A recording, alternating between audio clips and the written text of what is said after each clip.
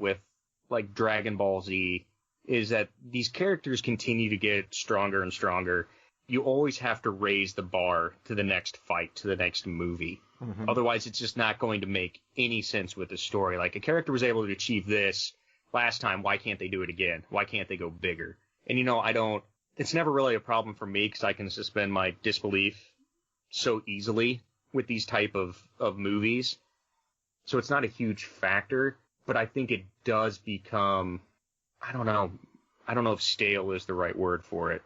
Yeah. But I mean, yeah, it does. I mean, it does become just a CGI slugfest eventually. If you look at Thor, at first he fights a destroyer, then he destroys the Rainbow Bridge. But then in the second one, he has to fight an all-powerful goblin. Let's see, what are those things? Troll. He's a Christopher Eccleston. My gosh, a dark elf. Dark elf from destroying the world with the ether. And then his entire home planet blows up in Ragnarok. In Captain America, he just takes on Red Skull, and then he takes on all those ships, but he has help. And then Captain America Civil War, it bounces, it's him and Bucky against Iron Man. In Iron Man, you have Rhodey and Iron Man fighting more suits, and then you have Rhodey, Iron Man, and Pepper, but Tony's not in a full suit the whole time, battling a bunch of I guess, mutants. So yeah, I mean, you have to elevate it all to it while still sticking to the character, I guess. Yeah. So, I mean, I guess the next logical step with this was him and Rhodey against more robots. Yeah, and then you've got to bring in, and as you said, for Iron Man 3, you then have to incorporate in Pepper to that, but then you've got to handicap them somehow to try to keep it down. Mm-hmm. But I think part of the thing this fight has going for it, too, is the Obadiah Stane character, is that they've got a backstory there. So it's like you're already emotionally invested in these two characters, and for years, Obadiah, I guess you could consider like a mentor, almost a fatherly figure to Tony until, he realizes the guy's an evil turd nugget. But it's like, I think that's also part of the thing that some of the other MCU final fights that I really like also kind of call back to that Iron Man. And so right before we started this, I wanted to do a little count, and I think there's 5 movies that I would consider in this entire MCU universe that the hero is fighting somebody that they already know, that they've got some sort of relationship with. And what I mean by that is like start fighting Obadiah, who they've known for years and they considered friends. Marvel's Avengers, I would say Thor, and he's fighting his brother Loki. Like, you're invested in that because these guys have a past. Mm-hmm. And then you got a whole group of movies that don't have anything like that, just them fighting another big-time villain. Like Winter Soldier, I think, is great because it's Bucky and Cap, and they're best friends. Like, they know each other. Yeah, it's not a dark elf. It's not some random dark elf. Or Ronin, and he's beaten by dancing. Yeah, and I mean, I'm not trying to take away anything from those other fights. I like all the final fights in these movies for the most part, but I do think that's like one of the reasons that this one still sticks out.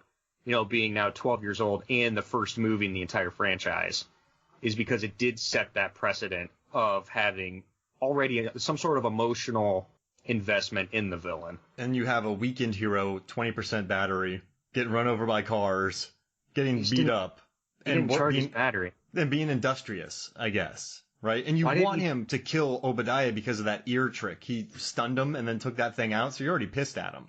And it's a good story, man. I think what it lacks in the excitement, visceral excitement of a classic final fight, it furthers the story. And it has an arc because it's Obadiah versus Tony. So, yeah, in that regard, it's successful, man. What would you give it? A to F? On an A to F scale, I'd probably say a good B+.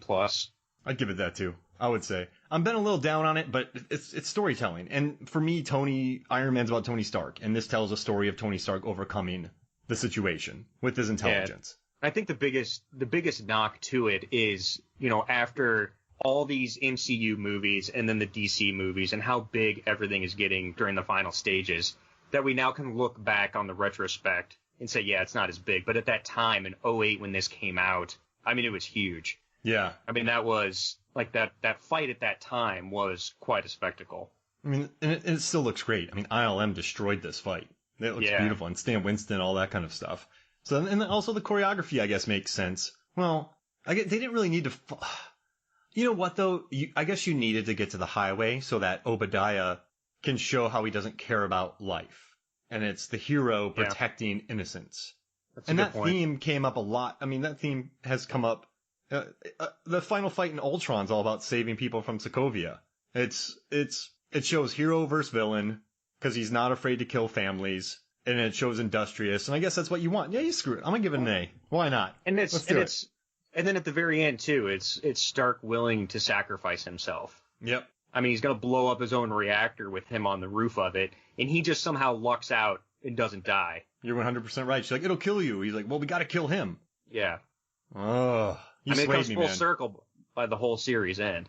So, yeah, you're right. Like he's willing to give it all. Whoa. All right. A+. Mind blown. Yeah, but you changed I was down on this, man, but now I love it. A+. I'm quitting. All right. So what was your favorite moment of this fight? What would you say? Best moment? The thing that sticks out most with me is after Tony, he starts to strip the armor off of himself, and he loses the hand, and he gets knocked back, and then he does his patent, like, Iron Man burst punch into him. He doesn't connect very good because it doesn't do a whole lot of damage, but, like, that's what starts it off for the whole fighting technique for the rest of the Universe series. I like when he tries to shoot him, and it's just his fist. And then you're like, crap, his hand's going to get broken. I still think that every time. So yeah, that's my favorite part as well. It's good storytelling. It ties it back to the beginning. You totally swayed me, Tom. That's why I bring you on. Yeah, all right. All right. So this was fun, man. Thank you for joining me. Thank you. Power cells aren't dying. So for me, Mark Hoffmeyer, for Tom, doesn't share cheeseburgers, Tresimer, this is Final Fights. We'll see you next week.